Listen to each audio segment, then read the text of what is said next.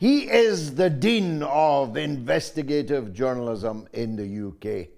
Admittedly, the competition is not fierce, but even if it was fierce, he would still be the doyen. He's Matt Kennard, Head of Investigations at Declassified UK. Matt, welcome to the mother of all talk shows.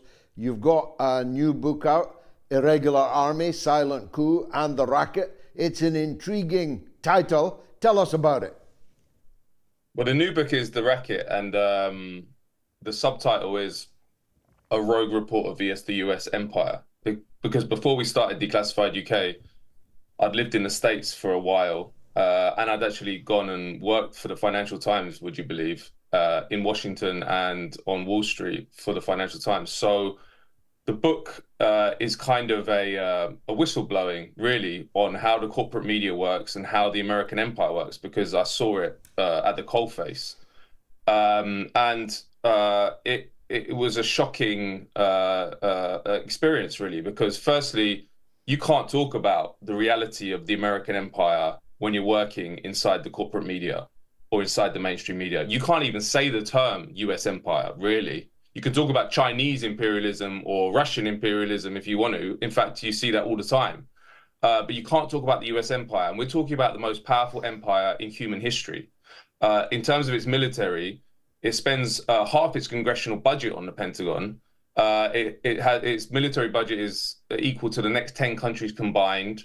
It has bases all over the world, 800 of them that we know about. There's many more that we don't. It has special forces in every country. I think it has officially has troops in 132 of the 190 UN member states.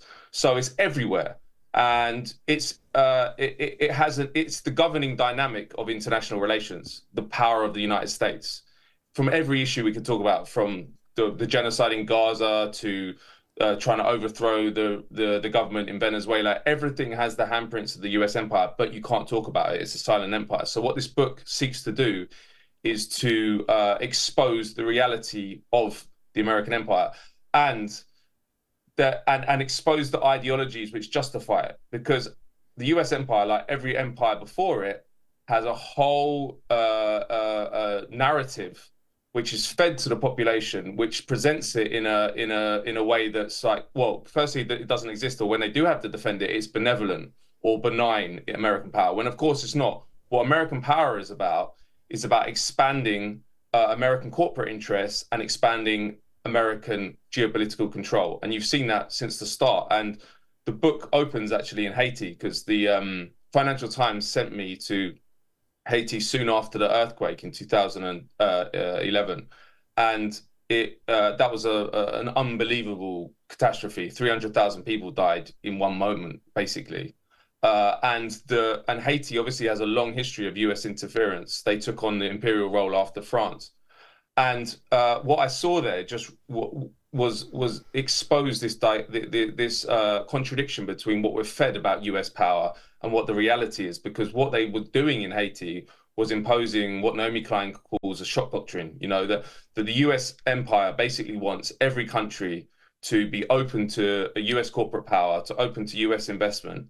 And if you're not, we'll take you out. And in Haiti, they've been trying to basically turn Haiti into a sweatshop for many, many years. And what I saw on the ground there when I went there after the earthquake was that they were using that disaster to impose this this system and this neoliberal system. Basically, they wanted to turn it into a sweatshop. They opened a whole load of special economic zones. Do this kind of development model, which what it means is that you have little poles of economic activity.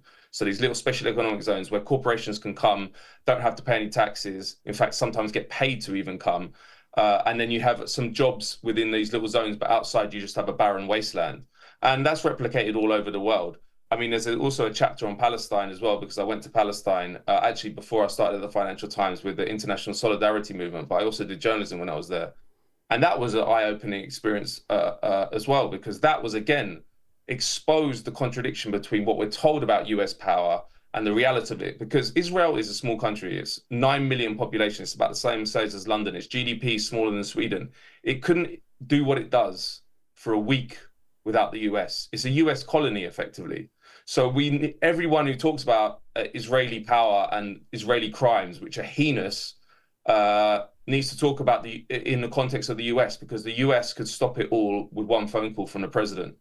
And of course, again, all that goes through the sausage factory of the corporate media and comes out as like, well, the US is a neutral arbiter in this conflict and wants peace and security for the Israelis and the Palestinians. But of course, the reason that conflict has gone on and on and on is because the US is not a neutral arbiter. The US always takes the side of the Israelis, and the Israelis have been trying to take, but they took most of Palestine in 48, but they've been trying to take the rest of it since 67, and they couldn't do that without the United States.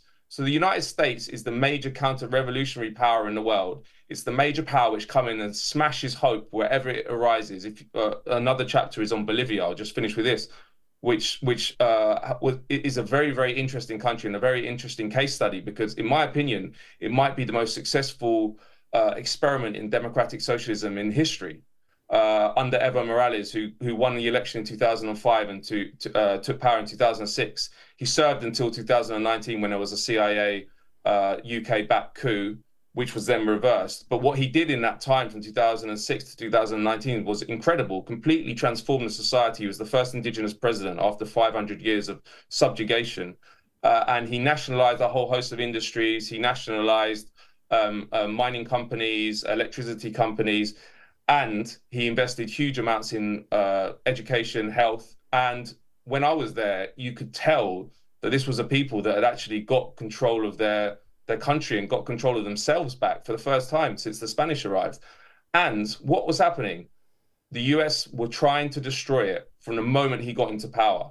And all these institutions which were told to spread freedom and democracy, like the National Endowment for Democracy, US Aid, they all had to come out from the shadows and reveal their real role. And the investigation I did at Bolivia was about how they were using these institutions, which are presented as providing wonderful things to the Bolivians, using them to try and destroy Evo Morales and destroy the liberation government he represented. So I think that as the left, we're not doing our job if we aren't talking about the US empire the whole time, because that is the major enemy for anyone who wants progressive change, transformative change away from a world based on war, based on economic exploitation. And the Racket, the title, comes actually from a speech by General Smedley Butler, who died the most decorated Marine in US history. And he signed up for the US military during the Spanish-American War in 1898. And he served and got very senior in the US military, served in all the interventions in Central America, in China even. But later on in life, he had an awakening and realized that everything he'd been told about who he was defending when he went to these places like Honduras or China or El Salvador, he was told, and he told the people there, we're defending US national security and we're defending our homeland. But he realized actually what he was doing was defending US corporate interests. He said he thought he was going there for positive reasons, and then came back and realized he was there for Brown Brothers Bank in New York. And he said, I was a high-class muscle man for big business. Al Capone could operate in 4 districts. I operated in 4 continents, and he called it a racket. So, and that is how it works. That is how it works. And how can we have a media system where you cannot mention this hugely nefarious force? And of course, there's a reason for that. These corporate media outlets, these mainstream media outlets, are very, very close to power centers in the UK, in the US, and our establishment gets rich off this system, and they don't want it exposed. But they want to project this idea that it's all benign and benevolent, because when we start understanding the truth, when the global population starts understanding the truth, we can take it down. And I think I'll finish with this: Gaza has exposed it like never before, because we have been live streamed a genocide for 10 months, the most heinous, disgusting, disgraceful crimes we've probably ever seen in our lives. And through it all, you've had a president get up at the podium in Washington, not only defend it all, but ventriloquize all the Israeli propaganda. So they don't have an ounce of humanity. No one who has an ounce of humanity could do that. And I think people understand that much better than they ever did, because this is a Democratic president. It's not even a Republican. The Democrats are meant to be the good guys. And yet Biden has got up and just supported this genocide, which he could stop with one phone call. And people who are not political, not like me and you, not understand or not have a history of reading about this stuff, are looking at their phones, seeing kids' heads be blown off, and then seeing this guy that they've been told is the leader of the free world stand up and defend it for 10 months. And that is having a societal-wide impact, in my opinion, that will not go away. It's out the box now. People understand that US power is not benign, it's not benevolent. It's a bloodthirsty, it's a brutal, and it's an extremely powerful global system to ingratiate and enrich the American elite and their allies. Well, where does that leave us then? Where do we fit into this racket? We spent 150 years roughly as just as savage, given the technology that existed then, but pound for pound, just as savage, subjugator of the world in the British Empire. And we were still doing it even after the Second World War in Kenya and Malaya and other places. Where are we now then? Are we just the tail of the American dog? Well, it's interesting you asked that question, because before we started Declassified UK, as I said, I mostly focused on United States, primarily because it is the most powerful country in the world, and what happens and decisions made in Washington have huge impact. And I thought that the UK was not a big player in the imperial system. I now understand that it is, because the empire never died. The idea that the British Empire was decommissioned after the Second World War and into the 60s is not true. And that is a major propaganda narrative that's put out by the establishment and also the liberal elite as well, because if you go on mainstream media, you can talk about imperial crimes in Britain's history, but if you start talking about contemporary crimes, there's no way you're going to get on the BBC and stuff.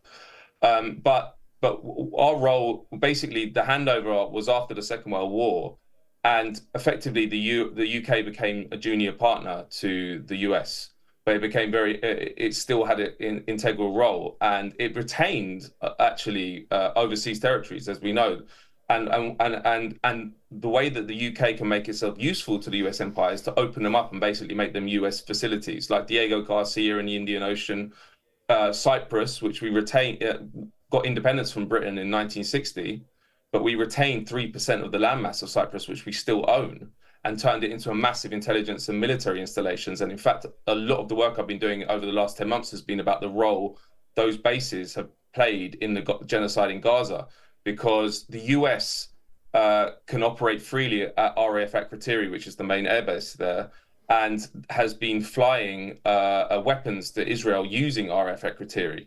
The irony is, and this is not well known about, the US, in terms of UK bases, which there are plenty around the world, and in the UK, we can get some information. There's some transparency mechanisms about getting about what the UK is doing on those bases, but you cannot get any information about what the US does. The UK government says we don't comment on allies' activities on our bases, which means that UK bases all around the world and within the UK operate as black sites for the US. So you can see how useful that is to the United States government. The other thing is about the control of UK politics, because we talk about the Israel lobby, which is very powerful here and has many different facets, and basically has infiltrated both the main parties. But the US lobby and the US presence in Britain is much bigger and sort of outscores everyone, because we're actually militarily occupied by the United States, which is, again, has never been mentioned, the figure. So I did a story about how many US troops were here. There's 12,000 in the UK, over 12,000. Wow. And that's not including intelligence, which we're not allowed to know about. The NSA runs GCHQ Bude, which is a major intelligence installation in Cornwall, which was exposed by Edward Snowden. But CIA has a massive base at RAF Croughton. All these places, we're not allowed to know numbers. We're not allowed to know what the US is doing, and that's the service we provide. And obviously, you cannot have an independent foreign policy or be a sovereign country if you're occupied to that degree by the intelligence and military services of a foreign country. So it's impossible to move. And obviously that's reflected in our political system. If you look at the Labour Party, which is the main focus of the CIA's efforts since the Second World War, because they own the Conservatives, they don't need to worry about them. It's the Labour Party which is a worry, and they've put much more resources in. If you look at the US influence within the Labour Party, it's huge. I don't know if you've heard of the British American Project, but this was set up during Michael Foot's leadership of Labour when they were worried about what they called an anti-American movement in the Labour Party. They set up this group which was about cultivating the left into a pro-American position. And then you have the National Endowment for Democracy, which funds media outlets in the UK. All these different things which operate completely outside of media scrutiny and any kind of investigations. And that's because journalists take their cues, they take their priorities from the state, and the state doesn't want them looking into US interference. What they want them to look into is Russian interference, which does exist, but is on a much lower level than American interference. And that's why so many people who listen to me or read our articles just think, what the hell is going on? This can't be true. I would have known this if this was true, but you don't, because the mainstream media doesn't tell you. Because the way that the mainstream media, and one of the biggest culprits is The Guardian, the way they brainwash is not by outright lying. They do that too, but that's not their main technique for propagandizing the public. The main way they do it is to leave out any information you need to understand how the world really works and how Britain really works. So there's all this stuff about US interference is completely excised. One example of when that didn't happen was when Mike Pompeo came in 2019. He was Secretary of State then under Trump. He'd previously been director of the CIA, and he was recorded privately saying, "We will do our, quote, level best to stop Jeremy Corbyn becoming prime minister." Now that is outrageous. That is a foreign secretary of the most powerful country in the world coming to England and saying, "We're going to work in the shadows, because we don't know what they did, to stop you being able to choose who you want as prime minister." And in the media, it was covered for a day. But if that had been, say, a Russian foreign minister or anyone else, but outside of Europe, it would have been one of the biggest scandals in British history. And not only that, there would have been investigations by journalists to find out what he meant by that. But there's been nothing, because they don't care. It's assumed that we're the 51st state, and we need to change that. And the first way we change that is to expose the reality of the fact we are basically a colony of the United States. And that is extremely problematic in the context of what I've just been talking about, that we're a colony of the most powerful empire in the history of the world, and the most nefarious force for war, economic exploitation, and chaos in the world. Well, nobody does it better than Declassified UK and you, Matt Kennard. Tell people how they can tune into you, as it were. Yeah, and it goes, alternative media is the most important way of circumventing this system, this imperial system, because the media has been subsumed into it a long time ago, as our political system has. So I would say support Declassified UK. We're at declassifieduk.org and other alternative media, and understand that you need to, although there's a lot of information out there, you need to go to the right places, because the mainstream media is not going to give you the information that you need to understand what is really happening and our role in the world, and our role principally at the moment in what is happening in Gaza, which we should all be working around the clock to stop our complicity, because the British government is complicit, deeply complicit in multifaceted ways in what is happening, and we can stop that in a tangible way. Matt Kennard, thanks for joining us on the mother of all talk shows.